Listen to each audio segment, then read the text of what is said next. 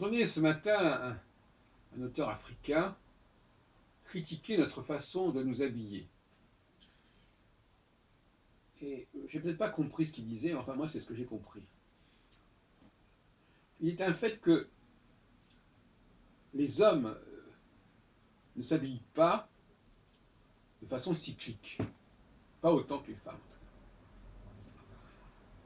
Il y a bien des hommes qui s'habillent exactement de la même manière, été comme hiver, comme on dit.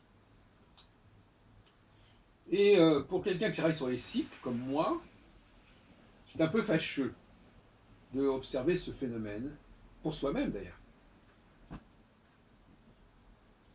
Ne devrait-on pas évoluer dans son habillement, dans les couleurs notamment, dans les couleurs, parce que l'habillement, bon, une chose, mais les couleurs n'auraient-elles pas évolué au cours d'années, au cours des saisons, au fil des saisons? On sait très bien, c'est une banalité de le dire, que les hommes sont beaucoup plus sobrement habillés au niveau des couleurs que les femmes.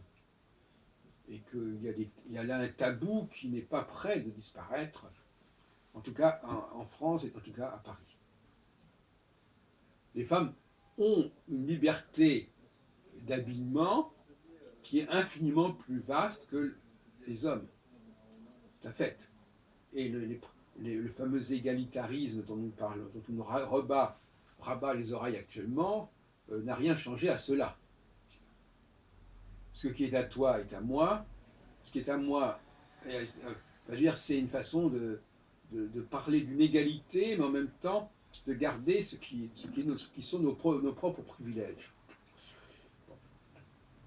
Donc, de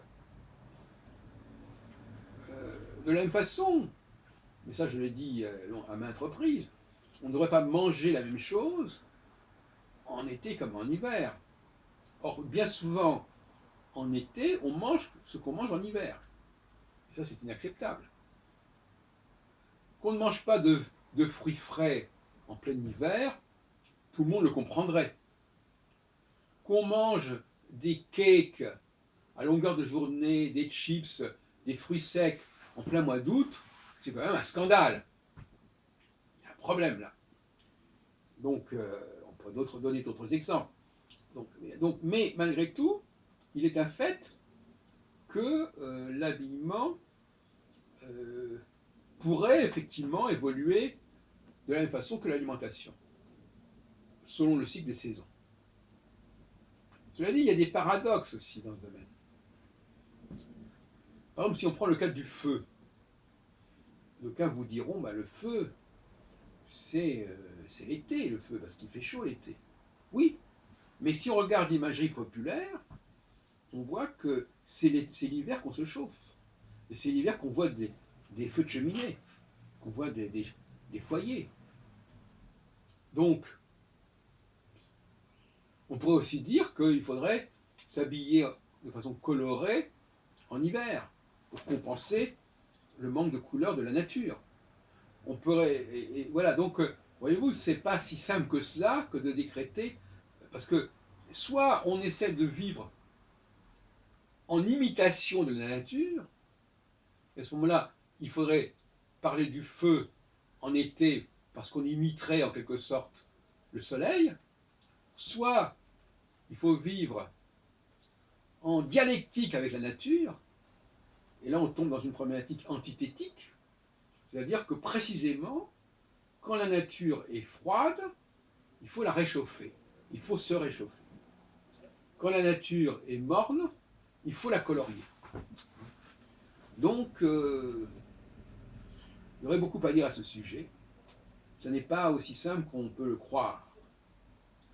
Il y a des paradoxes qui amènent à se demander si au contraire il ne faut pas compenser les lacunes d'un certain moment cyclique par un comportement qui est en quelque sorte paradoxal. Là, c'est toute une leçon. Parce qu'on a l'habitude de dire, puisque le cycle va dans cette direction, il faut aller dans cette direction. Pas forcément. Pas forcément. On peut prendre le contre-pied du cycle. On peut équilibrer le cycle justement en disant voilà, bon, puisque le cycle nous amène à faire ceci ou cela, eh bien on va équilibrer et compenser en faisant des choses qui correspondent à ce qui manque dans ce cycle. Alors là, vous comprenez, on peut aller très très loin. Ce qui montre bien à quel point les gens qui consultent, qui donnent des conseils à partir des cycles, ben, ça n'est pas si simple que cela. Parce que soit on va se dire, ah ben c'est le cycle va dans cette direction, donc moi je vais dans cette direction, une approche que j'appellerais une approche primaire. Et il y a aussi l'autre position qui est au contraire de dire, justement, émancipons-nous du cycle, neutralisons certains aspects du cycle et faisons exactement le contraire de ce que le cycle nous incite à faire.